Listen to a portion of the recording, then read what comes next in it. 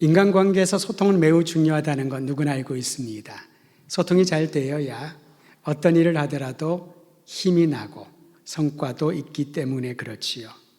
원활한 소통이 있는 관계를 보면은 서로를 얼마나 존중하고 인정하는지를 알 수가 있습니다. 서로 존중하지 않으면은 소통이 잘 안 됩니다. 그렇지 않겠습니까? 반대로 소통이 잘 되지 않을 경우에 여러분 참 불편합니다. 답답합니다. 말이 통하지 않는 사람과 팀원이 되면 그것처럼 괴로운 일은 없을 것입니다. 작은 일을 진행하는 것조차 너무 힘겨워서 빨리 어떻게든 이 일이 마쳤으면 좋겠다. 저 사람 더 안 봤으면 좋겠다. 불통의 관계는 그런 생각들을 하게 되지요. 소통에 있어서 장애가 발생하면 아무리 좋은 것을 주고 싶어도 전달할 수가 없습니다. 마음이 불편한데 무슨 말을 할 수 있을까요? 어떻게 접근할 수 있을까요? 그래서 소통이 참 중요하다는 겁니다. 성경에도 보면은 사도 바울처럼 탁월한 선교사가 어디 있겠습니까? 그의 탁월함은 능력이 있는 것이라기보다도 복음의 핵심을 간파했기 때문에 끊임없이 헌신하고 순교를 마다하지 않고 복음을 전할 수 있었던 것이지요. 자기 민족이 아닌 다른 민족에게, 자기에게 익숙한 환경이 아니라 전혀 다른 환경에도 복음을 전할 수 있었기에 바울의 탁월함을 발견하게 됩니다. 엄밀히 말하면 그가 재능이 많고 탁월해서가 아니라 그에게 복음의 핵심인 그리스도 예수 안에 발견한 구원의 은총, 그것이 바울을 탁월한 선교사로 복음 전도자로 만든 것으로 보여집니다. 바울은 전심전력으로 가는 곳곳마다 예수 그리스도의 복음을 담대하게 전했습니다. 그러면 여러분 바울 정도가 되면 듣는 사람들이 다 회심하고 복음을 받아들여야 되지 않을까요? 그런데 바울에게도 그렇지 아니한 상황들을 종종 처하게 되었습니다. 바울이 전하는 복음을 듣는 사람들마다 모두 받아들이지 않았다는 것이지요. 오늘 말씀 16절을 우리 주목하여 함께 읽도록 합니다. 10장 16절 같이 읽습니다. 시작. 그들이 다 복음을 순종하지 아니하였도다. 이사야가 이르되 주여 우리가 전한 것을 누가 믿었나이까. 앞부분을 보면요, 우리가 전한 것을, 내가 전한 복음의 사람들이 다 순종하지 않았다, 받아들이지 않았다라는 겁니다. 복음 전하는 사람의 입장에서 보면 매우 실망스러운 일이겠지요. 우리 교회 선생님들이 꽤 있으신데 선생님이 학생들에게 삶을 나누고 올바른 길을 제시하고 지혜와 지식을 가르치지 않습니까? 만약에 하나를 가르치면 둘을 알고 열을 깨우친다면 그 제자로 인하여 교사로서의, 스승으로서의 보람을 느낄 겁니다. 그런데 똑같은 너무나도 쉬운 것을 10번, 100번, 1000번을 얘기를 해도 도대체 무슨 연유인지 처음 듣는 것처럼 받아들이는 또 그런 친구들은 멀뚱멀뚱 보기는 잘해요. 답답할 수 있습니다.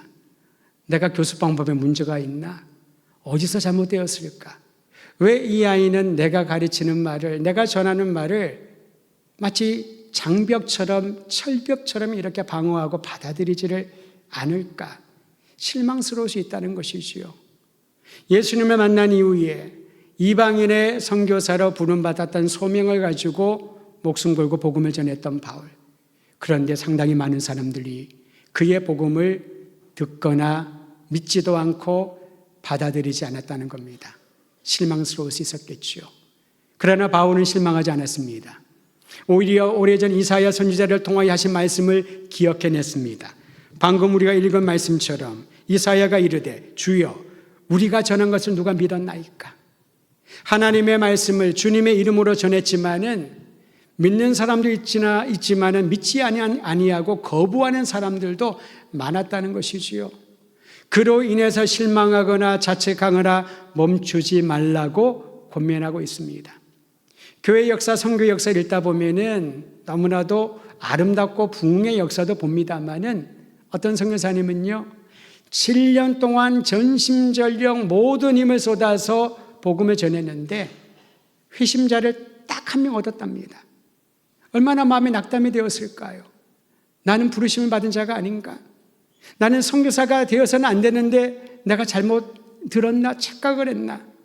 우리가 생각하는 항상 부흥과 좋은 열매는 수치적인 결과를 가지고 판단하기 때문에 충분히 그럴 수 있다는 겁니다. 그런데 여러분, 아무리 좋은 것을 전해도, 복음의 기쁜 소식을 전해도 듣지 않는 사람들이 있을 수 있다는 것이요. 이때 우리는 한 가지를 좀 생각해 볼 필요가 있습니다. 아주 객관적으로 생각해 볼 필요가 있습니다. 그 사람의 마음이 완악하고 그가 믿는 우상 숭배가 너무나도 심취되어서 믿지 않을 수도 있겠지만은 그것과 별개로 혹시 내가 전하는 복음의 메시지가 제대로 전달되지는 못한 건 아닐까? 자기 자신을 살펴볼 필요가 있다라는 것입니다. 아나운서 출신의 강사가 진행하는 스피치 강연을 잠깐 들을 기회가 있었습니다. 전체를 듣지 못했고요. 한 5분 정도를 듣는데 저에게 굉장히 생각하게 만드는 그런 내용을 그가 전했습니다. 그는요, 의사 전달에 어려움을 겪는 몇 가지 경우를 예를 들어 설명합니다. 여러분들 그럴 때가 있잖아요. 나는 잘 설명을 했다고 생각을 했는데 상대방이 도대체 무슨 말인지 모르겠어. 그런 반응을 보이면은 좀 당혹스러울 때가 있을 겁니다. 이분이 몇 가지 예를 들어 짚어줍니다. 첫 번째 이유는요, 상당수의 사람들이 대화를 할 때 장황하게 말을 한다는 거죠. 본론에 들어가기 전에 서론만, 배경 설명만 한 10분 정도를 한다는 거예요. 그럼 듣는 사람이 지쳐가지고 더 이상 들을 생각을 안 한다는 거지요. 예를 들어서 너 아침에 뭐 먹었니? 아침을 먹긴 먹었어? 난 아침을 못 먹었는데. 여기서부터 시작하는 거예요. 그러면서 너는 어떤 음식을 좋아하니? 나는 이런 음식을 좋아하는데. 묻지도 않은 얘기를 혼자서 질문하고 혼자 답변을 하며 얘기를 한다는 거예요. 요점은 뭡니까? 나 지금 배고파서 너랑 같이 밥 먹고 싶어. 그 얘기를 하면 되는데 그 얘기를 하기 전에 장황하게 많은 얘기를 하다 보니까 정말 전하고자 하는 메시지를 전달하지 못한다는 겁니다. 또 다른 예는요, 난해하고 어려운 단어를 사용해서 상대방이 도대체 이 사람은 무엇을 말하려고 하지? 의도를 파악하지 못할 때가 종종 있다라는 겁니다. 여러분, 우리가 말을 한다는 것은, 단어를 선택한다는 것은 소통을 위한 도구 아니겠습니까? 내가 아무리 수려한 그리고 아주 멋진 단어를 활용한다 하더라도 상대방이 알아듣지 못하면 안 되는 것이지요. 예를 들면 어린아이들에게 복음을 전하면서 1학년 아이들에게 얘야, 너는 이신칭의가 뭔지 아니? 뭔가 반응이 나올 줄 알았는데 너무나도 반응이 없으셔서 아이들에게는요, 믿음을 얘기하고 구원을 얘기를 할 때 교리적인 용어나 교리적인 측면으로 나가서는 안 되는 것이지요. 마음을 건드려야 되는 겁니다. 부모의 사랑을, 그와 같은 더 위대한 하나님의 사랑을 아이들이 마음으로 건드려줘야 복음을 받아들이는 것이지요. 또는 한 문장이 너무 길거나 맺는 말이 흐릿하고 불분명하면은 의사 전달이 잘 안 된다고 합니다. 이 습관이기도 합니다. 말을 맺지는 못합니다. 마침표를 하지 못하지요. 물론 독일어라고 하는 그런 언어가 있는데요. 그거는 문장이 굉장히 길 때가 있습니다. 독일어를 공부하신 분들은 아실 거예요. 어떤 데는 10줄, 20줄까지도 문장이 갑니다. 그래도 독해를 하는 데는 크게 어려움은 없지요. 하지만 의사 전달용 말은 분명하고 명확하게 마침을 해야 되는 것이지요. 그 강사가 말하는 스피치의 핵심은 매우 단조로웠습니다. 내가 하는 말을 다른 사람에게 들리게 하는 것이 의사소통을 위한 방법이라는 거죠. 그러니까 내가 하는 말을 다른 사람이 듣게 하는 겁니다. 들리게 하는 것입니다. 소리의 파장으로서가 아니라 내가 전달하는 이 말을 그 사람이 듣고 끄떡끄떡 거릴 수 있도록 말을 하는 것. 이게 스피치의 정석이라는 거죠. 저는 그 얘기를 들으면서 저 자신을 생각해 보았습니다. 저는 설교를 하기 때문에, 말씀을 대언하기 때문에 여러분보다 더 많은 말을 하지 않겠습니까? 오죽하면 제 가까운 사람들, 특히 가족들이 제가 무슨 말을 하면은 알고 있어요. 한번 시작했으니 한 20, 30분은 가겠다. 설교 한 30분 하다 보니까 저에게는 30분이 하나의 패턴이 된 것 같아요. 근데 여러분, 말을 많이 하고 오래 한다는 게 중요한 것이 아니라 이 사람이 말하는 내용이 나한테 들려야 되는 것이지요.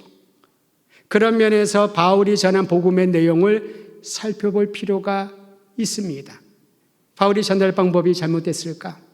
너무 난해한 단어를 썼는가? 그런 장황하게 말을 서론 부분을 너무 하다 보니까 사람들이 듣지 않고 다 도망갔던가? 살펴볼 필요가 있다는 거지요. 신약 성서에는 바울이 쓴 서신 13권이 기록되어 있습니다. 그 중에 하나가 우리가 읽은 로마서입니다.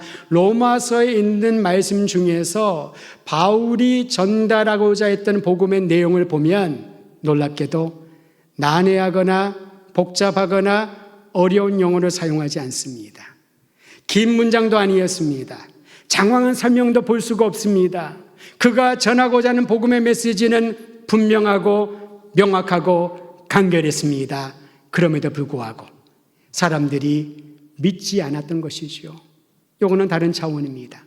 그럼에도 불구하고 성경에 보니 하나님께서는 들려주어도 듣지 아니하는 백성들을 향하여 종일 손을 벌렸도다. 하나님은 끊임없이 손을 벌리고 하나님은 끊임없이 그의 백성들을 보내셔서 사람들에게 들려주는 것이지요. 그럼 우리가 복음을 전하는 전도자로 사명을 감당하려면은 사람들에게 들려질 복음의 핵심과 분명한 내용을 알아야 할 것입니다. 바울을 통하여 배우게 됩니다. 몇 구절을 여러분에게 소개합니다. 로마서 1장 16절. 여러분 듣기만 하더라도 복음의 내용이 무엇인지를 깨닫고 이해하게 될 겁니다. 16절입니다. 내가 복음을 부끄러워하지 아니하노니 이 복음은 모든 믿는 자에게 구원을 주시는 하나님의 능력이 됨이라. 먼저는 유대인에게요, 다음은 헬라인에게도라. 복음은 뭘 말합니까? 구원을 주시는 하나님의 능력이라고.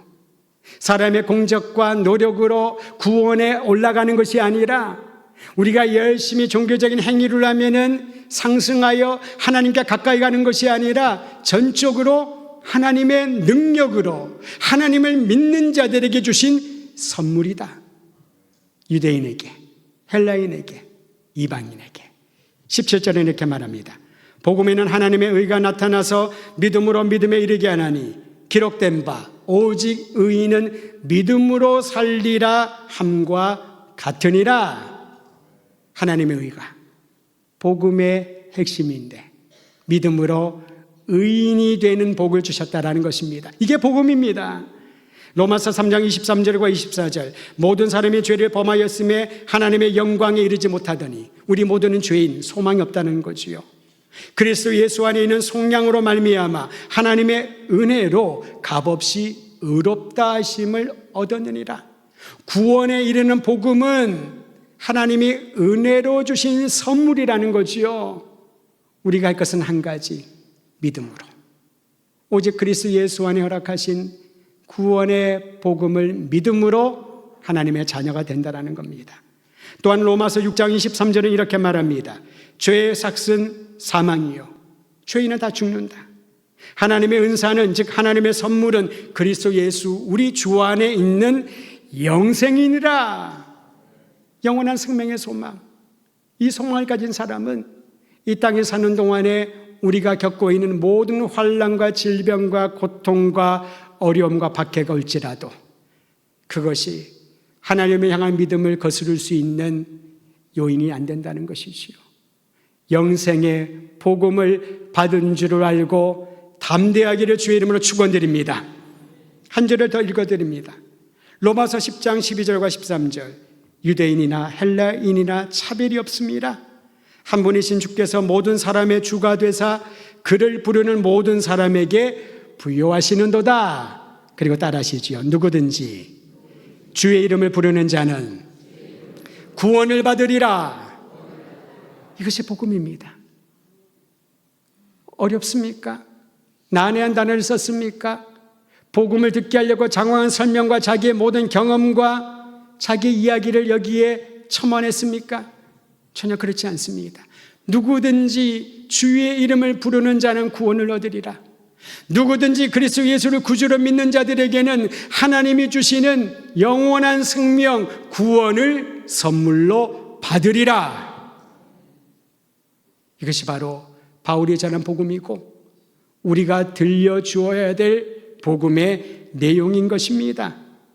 복음은 결코 뜬구름 잡는 추상적이거나 실체가 없는 개념이 아닙니다.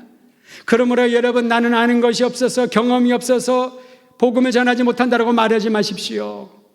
내가 만난 예수님을 나의 삶으로, 나의 말로, 그리고 그 듣는 이들이 들려질 수 있는 그러한 방식으로 전하면 되는 겁니다. 간혹 그런 말을 하는 분이 있는데 저는 그 말을 들으면 좀 답답합니다. 듣든지 안 듣든지 나는 전하기만 하면 된다라고.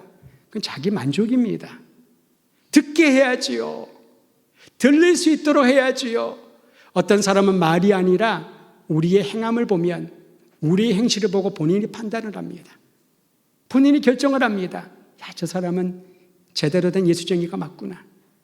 저 사람은 정말 그리스도인이 맞구나. 그렇지. 예수 믿는 사람은 저렇게 살아야지. 본인이 판단을 한다니까요. 그런데 말은 열심히 예수의 복음을 전하지만은 삶과 가치관과 그의 행실이 정반대를 향하여 나가고 있다면은 아무도 우리가 전하는 말을 듣지 않을 것입니다. 상대가 들을 수 있도록 그 사람의 접촉점을 찾아 복음을 전달할 때 한 영혼이 구원받는 놀라운 역사가 일어날 줄 믿으시기를 바랍니다. 예수 그리스도의 복음은 단순합니다. 그리고 명확합니다. 불변입니다. 그래서 듣는 사람은 누구든지 믿고 받아들일 수 있습니다. 지금 은퇴하여 지구촌교회 원로 목사이신 이동원 목사님, 많은 책들을 저술을 했는데요. 그러면 쓴 책 중에 성경의 각 권들에서 복음의 핵심을 요약한 그런 책이 있습니다. 다시 들어보는 처음 복음, 다시 들어보는 처음 복음이라는 내용입니다. 그러니까 초대교회 성도들이 들었던 성경에 기록한 이 복음의 핵심을 요약을 했는데요. 다 소개할 수 없고 그 중에 몇 가지를 저의 말을 덧붙여서 소개를 합니다. 마태복음. 예수님은 만왕의 왕이요 인생의 통치자이시다. 이 복음을 전하는 내용입니다. 요한복음.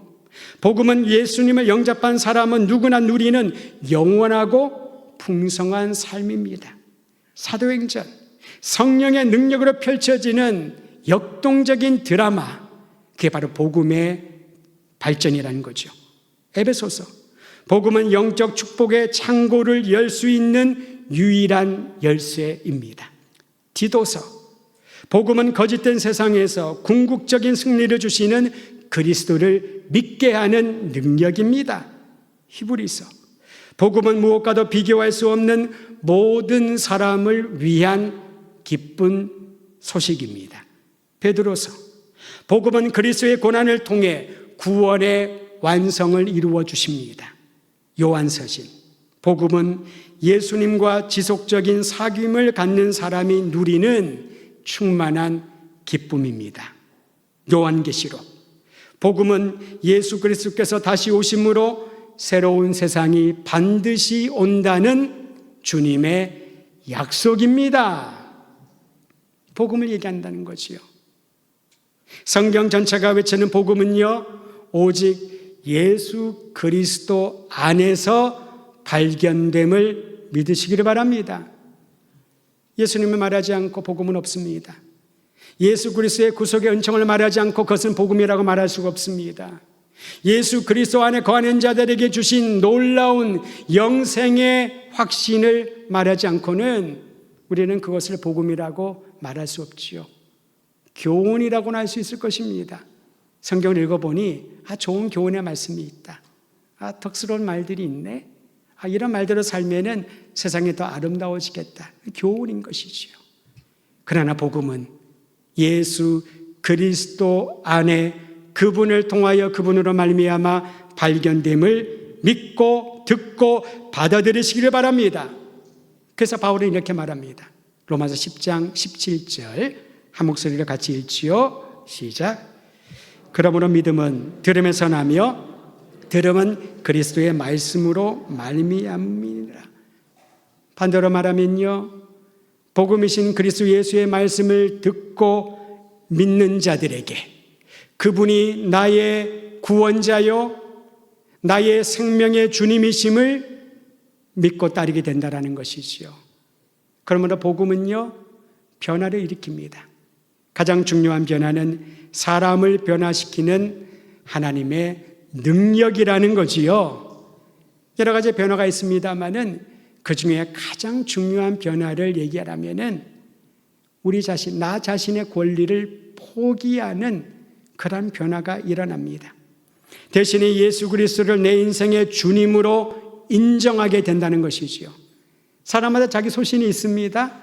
자신의 어떤 권리를 주장하고 싶어 하지요.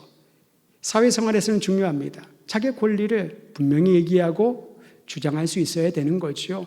또 사회는 그를 보호해 주어야 됩니다.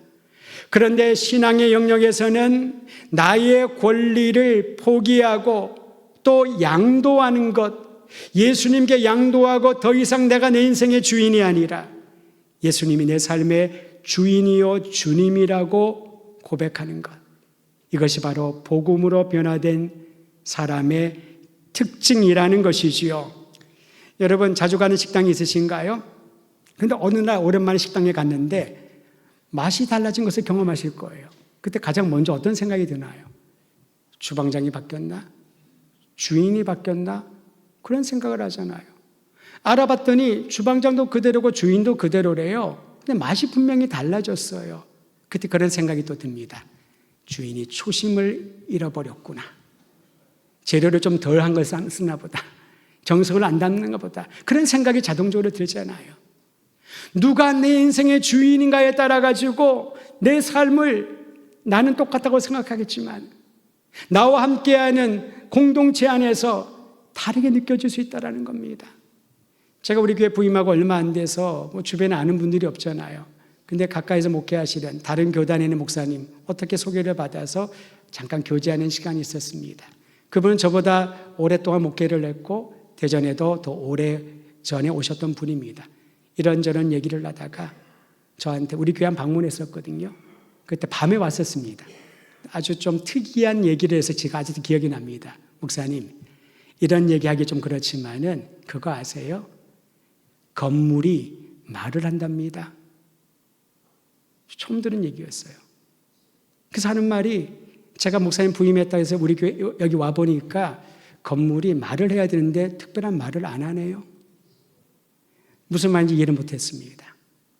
나중에 생각을 해보니 그 말에 동의를 했어요. 건물은 물론 말은 하지 않습니다. 그것은 분위기를 말하는 거죠. 밤에 왔으니까 깜깜한데 무슨 분위기를 느꼈겠어요. 그때 제가 기도를 시작한 게 있습니다. 하나님, 우리 교회를 이곳에 오래전에 세우셨고 이 지역에 있는 사람들은 교회를 다니든 안 다니든 이 거리를 지나다닐 텐데 그때는 홍도 육교가 있었으니까 육교로 다니는 사람들은 그 짧은 1초의 순간에 찰나의 순간에 우리 교회 이름을 한번 볼 수 있을 것인데 또는 경부선이 있다 보니까 기차로 지나가면 여러분 우리 교회가 보인답니다. 이름이 간판이. 저는 서울 갔다 올 때 맨날 똑같은 얘기를 아내한테 얘기를 해요. 보라고 우리 교회 간판 보라고. 저한테 지겹지도 않냐는 그런 눈으로 저를 봅니다. 누군가는 보고요 의식해서 보는 경우도 있는데요. 그때 제가 그런 기도를 했어요. 수많은 사람들이 다니는데 그 사람들의 귀에 우리 교회를 볼 때마다 복음이 들리게 하소서.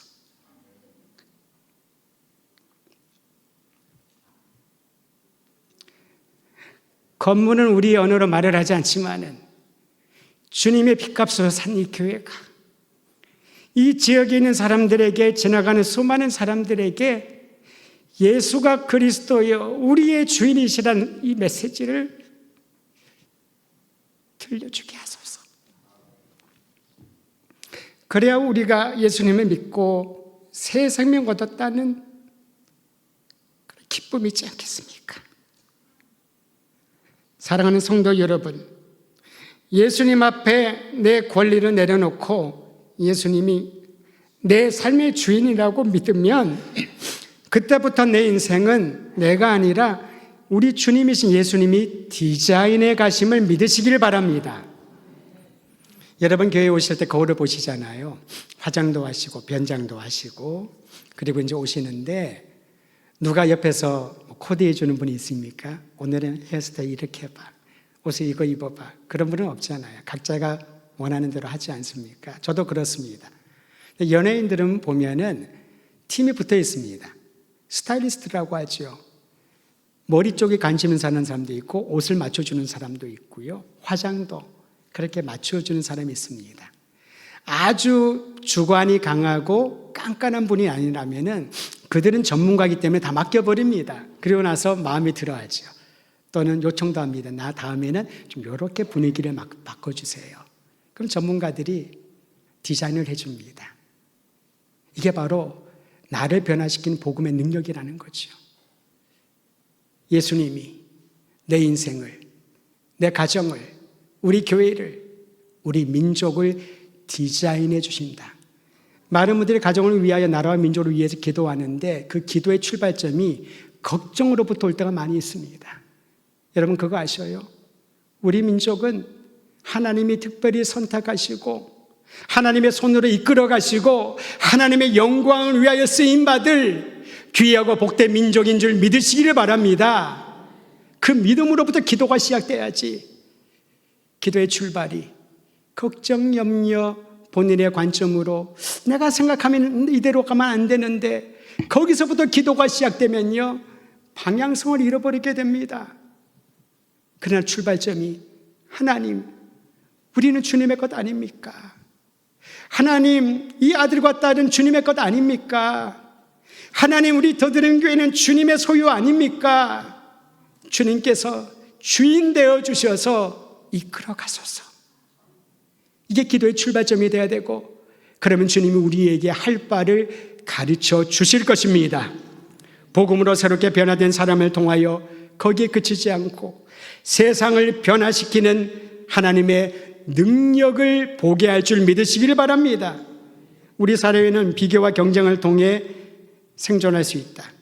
그래야 성공할 수 있다. 그걸 가르치고 학습을 합니다. 그래서 애들한테 여러분 공부 열심히 해라 하면서 혹시 뒤에 그런 말 하세요? 네가 공부를 열심히 해야 좋은 직장 갈 수가 있고 좋은 연봉 받을 수가 있고 사회에서 인정받을 수가 있고 행복한 가정을 이룰 수 있지. 혹시 뒤에 말을 한다면 앞으로는 뒤에 말을 빼버리시길 바랍니다. 공부 열심히 해라. 열심히 했는데 결과가 안 좋을 수 있어요. 그러면 부모들은 낙담을 하지요. 저 머리를 누굴 닮았나? 나는 저 정도는 아니었는데. 공부를 잘해야 되는 목적을 가르쳐 주어야 됩니다. 기독교 신앙에 입각하여 설립한 학교가 있는데요. 교훈이 기가 막힙니다. 세상을 변화시키는 사람들. 세상을 변화시키는 사람으로 훈련받기 위하여서 여러 가지 지침들이 있는데 그 중에 하나가 더 기가 막힙니다. 공부에서 남주자. 예수님이 이 땅에 오신 목적을 말씀하지 않으셨습니까? 마가복음 10장 45절. 인자가 온 것은 섬김을 받으려 온 것이 아니라 섬기려 하고 도리어 많은 사람들의 대속물로 주기 위하여 왔노라.